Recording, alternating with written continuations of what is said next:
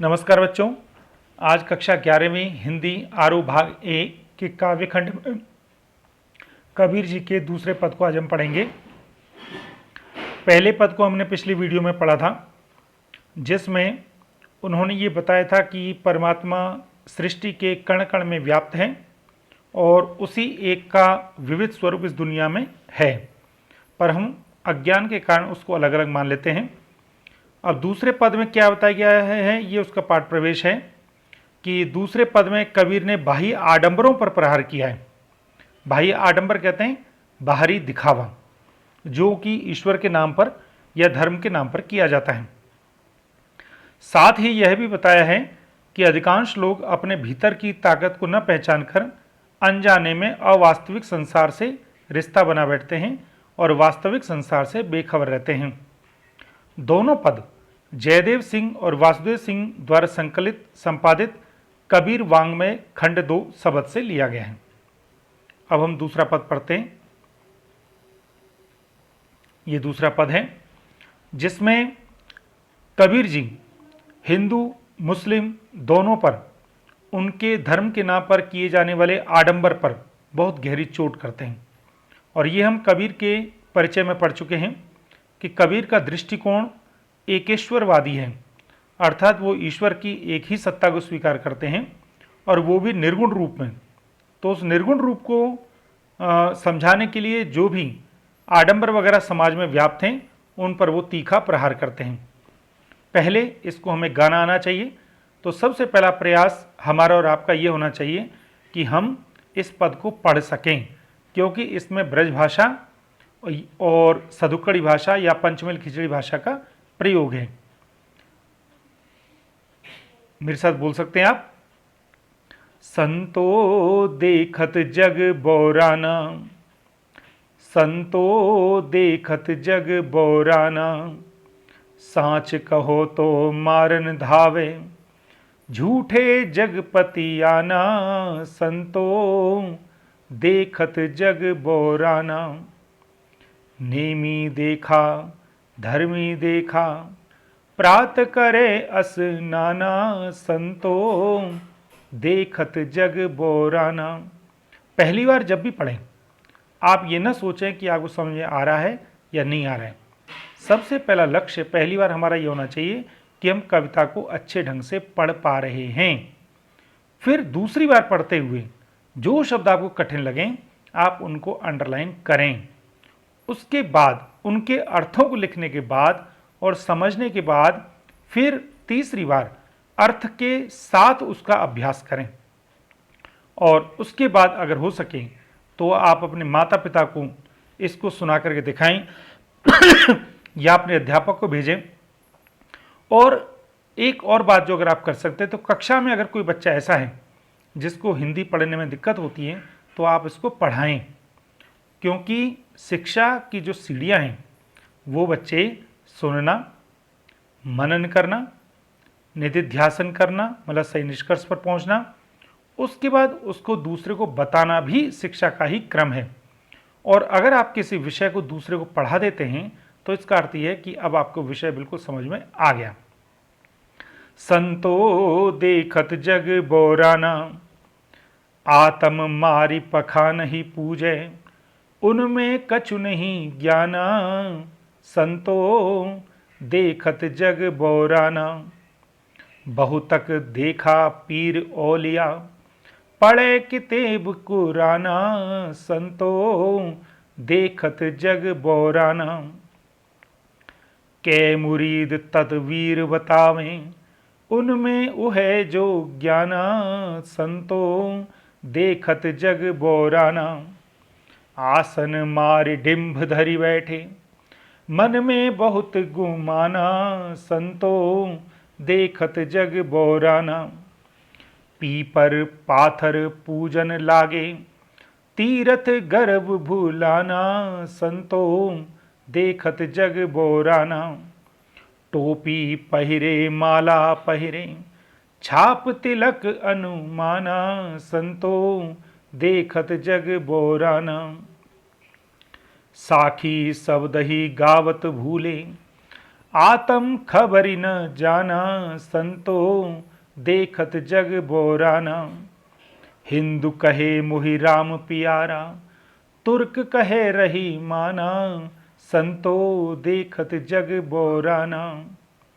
आपस में दो लरी लरी मुए, मर्म न काहू जाना, संतो देखत जग बोराना। घर घर मंत्र देत फिरत हैं, महिमा के अभिमाना, संतो देखत जग बोराना। गुरु के सहित सिक्ख सब बूढ़े, अंत काल पछताना, संतो देखत जग बोराना। कहे कबीर सुनो हो संतो, ई सब मर्म भूलाना, संतो देखत जग बोराना। कहे कबीर सुनो हो संतो, ई सब भर्म भूलाना, संतो देखत जग बोराना। केतिक कहो कहा नहीं माने, सहज सहज समाना, संतो देखत जग बोराना। तो मुझे उम्मीद है आपको इस पद को गाना आ गया होगा और आप इसका और अभ्यास करेंगे। अब हम इसके अर्थ की ओर चलते हैं। कबीर जी कह रहे हैं कि संतों, हे संत लोगों, हे ज्ञानी लोगों, देखत जग बोराना, ये जो जग है उसको मैंने देख लिया है। ये बोराना मतलब पागल हो गया है। कबीर जी संसार के लोगों पर और लोगों के पागलपन पर, लोगों के अज्ञान पर, लोगों की मूर्खता को विषय बनाते हुए अपने साधु संगी लोगों से कह रहे हैं, अरे संतो देखो, दुनिया पागल हो गई है, बौरा गई है। क्यों? साच कहो तो मारन धावे। अगर तुम इससे सच्चाई की बातें करो, अगर आप इनसे सत्य निष्ठा की बात करो, अगर आप इनको सत्यता के बारे में बताओ, तो ये मारने के लिए दौड़ते हैं। आप देखिए कितने महान पुरुष हुए जिन्होंने सच्चाई की बातें करने की कोशिश की। सुकरात जी ने सच्चाई की बात की, उनको जहर दिया गया। भगवान बुद्ध ने सच्चाई की बात की, उनके ऊपर भी आरोप लगाए जाने लगे। महर्षि दयानंद ने सच्चाई की बात की, उनको जहर दिया गया। और कितने महान पुरुष थे जिन्होंने जब जब इस सच्चाई की बात की, उनको लोगों ने कष्ट पहुंचाने की कोशिश की। और झूठे जग पतियाना, पतियाना मतलब भरोसा। और ये जो जग है, ये जो दुनिया है, वो झूठे लोगों पर विश्वास कर लेती है। झूठों पर मतलब जो लोग बात को घुमा फिरा करके कहते हैं और जो लोग केवल आपको खुश करने के लिए बात करते हैं, उन पर लोग भरोसा कर लेते हैं। तो समझ आ गया आपको? संतो देखिए, दुनिया पागल हो गई है। अगर इनसे सच्चाई की बात करो तो मारने दौड़ती हैं, और झूठी बातें करो तो भरोसा कर लेते हैं। नेमी देखा धर्मी देखा, प्रात करे स्नाना। कबीर जी कहते हैं मैंने ऐसे बहुत से लोग देखे जो कि नेमी हैं। नेमी मतलब नियम वाले हैं, उनकी लाइफ में बड़ा डिसिप्लिन है धर्म के नाम पर, और वो बहुत धर्मी भी हैं। वो अपने आप को ऐसा दिखाते हैं कि कितना धर्मवान है वो, कितने निष्ठावान हैं, कितने धार्मिक हैं। और सवेरे सवेरे उठकर वो स्नान भी करते हैं प्रातः काल में, उषा काल में उठ करके कि हम कितने बड़े धार्मिक हैं। कहते हैं लेकिन वो लोग क्या करते हैं? ये सब दिखावा है। क्यों? आत्म मारी पखान ही पूजे। वो अपनी आत्मा को मारते हैं, वो अपने आत्म तत्व को मारते हैं, आत्मज्ञान को वो भुलाए बैठते हैं, और पखान ही पूजे, और पत्थरों को पूज रहे हैं। उनमें कछु नहीं ज्ञाना, उनमें कुछ भी ज्ञान नहीं है। तो ये इन्होंने हिंदुओं पर चोट की है कि हिंदू लोग या हिंदू लोगों में बहुत से लोग बड़े नियमी होते हैं, बड़े धार्मिक दिखते हैं, सवेरे उठकर स्नान करते हैं, लेकिन पत्थरों को पूजते हैं। पत्थरों को पूजना वो गलत मान रहे हैं, क्योंकि पत्थर एक परमात्मा का सगुण रूप है, और कबीर जी निर्गुण रूप को मानते हैं। वो ये मानते हैं आत्मा पर भरोसा करो, क्योंकि आत्मा ही परमात्मा का रूप है, आत्मज्ञान। बहुतक देखा पीर औलिया। अब मुस्लिम पर कह रहे हैं कि हमने बहुत तक देखा पीर औलिया, हमने बहुत पीर और औलिया देख लिए। पीर औलिया क्या होता है? मुस्लिम लोगों में जो मुस्लिम संप्रदाय के अनुयायी लोग हैं, जो कि मोहम्मद साहब को मानते हैं, कहते हमने ऐसे बहुत सारे लोग देख लिए और पढ़े किताब कुरान, वो कितना भी किताब कुरान को पढ़ते हैं, किताब मतलब कितनी बार पढ़ते हैं वो कुरानों को दिन में, कै मुरीद तदवीर बतावें, और उनमें से जो कई लोग हैं वो मुरीद, उनके जो शिष्य हैं, तदवीर उपाय बताते हैं। कहते हैं हमने बहुत मुस्लिम अनुयायियों को देख लिया, वो दिन में कितनी कितनी बार कुरान को पढ़ लेते हैं, और उनमें से जो उनके कई शिष्य हैं वो तदवीर बताते हैं, उपाय बताते हैं, ऐसा कर लो भगवान मिल जाएगा, अल्लाह मिल जाएगा, ऐसा कर लो अल्लाह मिल जाएगा। कहते उनमें वह जो ज्ञान, उनमें वो जो ज्ञान है वो वही बताते हैं, अर्थात वो खुद भी अज्ञान में डूबे हुए हैं और दूसरों को भी अज्ञान में डुबोते हैं। और क्या कहते हैं, फिर देखिए, फिर चलते हैं हिंदुओं पर। आसन मारे डिंब धरी बैठे, और बहुत से लोग ऐसे भी हैं जो कि ये दिखाते हैं कि हम कितने धार्मिक हैं, कितना हम ईश्वर के निकट हैं, तो उसका प्रदर्शन भी करते हैं। कैसे करते हैं, आसन मारी, बहुत तरह के आसन में बैठ जाते हैं, वो ऐसे कठोर कठोर आसन करते हैं। डिंब धरी बैठे, डिंब मतलब आडंबर में बैठ जाते हैं। आपने देखा होगा पहले ही बहुत सारे लोग प्रदर्शन करते थे शरीर का, कि हम उल्टे पेड़ पर लटके रह सकते हैं, हम एक पैर पर खड़े रह सकते हैं, हम नदी में जो है लगातार तैर सकते हैं, मतलब साधना के रूप में। मन में बहुत गुमाना, उनके मन में बहुत अहंकार रहता है। कहते हैं अब आप कहोगे आसन वगैरह करना क्या सही नहीं है? सही है, पर प्रदर्शन गलत है, और अभिमान को के साथ उनको दिखाना ये गलत है। पीपर पाथर पूजन लागे, और कहते ये जो लोग हैं पीपल को पत्थर को पूजने लग गए हैं। तीरथ गर्व बुलाना, इन्होंने तीरथ को, इन्होंने गर्व मतलब व्रत को भुला दिया है। अब दोबारा समझिए, वे कहते हैं कि बहुत सारे लोग ऐसे हैं जो धर्म के नाम पर अलग अलग आसन में बैठते हैं, आडंबर दिखाते हैं, मन में बहुत अहंकार करते हैं, लेकिन उन्हें ज्ञान कुछ नहीं है, क्योंकि वो पीपर और पत्थर जैसी चीज को पूजते हैं। अब पत्थर में कहां से भगवान आ गया, पेड़ों में कहां से भगवान आ गया? और उन्होंने तीर्थ और व्रतों को भुला दिया। तीर्थ का मतलब हरिद्वार काशी मथुरा ये जाना, ये तीर्थ है, पर यही तीर्थ नहीं है, ये उसका एक स्थूल रूप है। तीर्थ का मतलब क्या होता है, जिससे व्यक्ति तर जाए उसे तीर्थ कहते हैं या तीर्थ कहते हैं। अब किससे तरेगा व्यक्ति? अच्छे विचारों से, अच्छे आचरण से, अच्छे व्यवहार से। केवल जगह पर घूमने से नहीं, गंगा में नहा लेने से पाप नहीं धुल जाएंगे अगर हमारे मन के पाप नहीं धुले तो, ये इसका अर्थ है। और गर्व, हमने व्रतों को बुला दिया। व्रत का मतलब एक ये भी अर्थ होता है, जैसे सोमवार का व्रत, मंगलवार का व्रत कहते, लेकिन यह व्रत का अर्थ क्या होता है? संकल्प। व्यक्ति को संकल्प लेना चाहिए कि मैं हाँ अपने माता पिता का नाम नीचे नहीं होने दूंगा, हाँ मैं ये काम करके दिखाऊंगा। संकल्प भी अच्छे सत्संकल्प, अच्छे कामों का संकल्प। तो कबीर जी कह रहे इसको लोगों ने बुला दिया। और क्या है? टोपी पहरे, माला पहने, और धर्म के नाम पर, ईश्वर के नाम पर लोग टोपी पहनते हैं, माला पहनते हैं, छाप तिलक अनुमाना, अलग अलग तरह के तिलकों का छाप लगाते हैं, या और कई तरह के निशान लगाते हैं। कोई लंबा तिलक, कोई चौड़ा तिलक, कोई तीड़ तिलक, है ना। साखी शब्द ही गावत भूले, और लोग इस दिखावे के चक्कर में साखियों को भूल गए हैं, शब्दों को भूल गए। अब साखी और शब्द का मतलब ये नहीं है कि कबीर जी ये कहना चाहते कि उनके द्वारा लिखी गई साखी और शब्दों को भूल गए। इसका अर्थ यह है कि आत्मा का ज्ञान कराने वाली जो भी पंक्तियां हैं उनको भूल गए, और आत्म खबर ही न जाना, और अपने बारे में कुछ भी नहीं जानते। ये मैंने आपको बताया था ना, आत्मा को जाना बहुत जरूरी है। अब आत्मा क्या होता है बच्चे?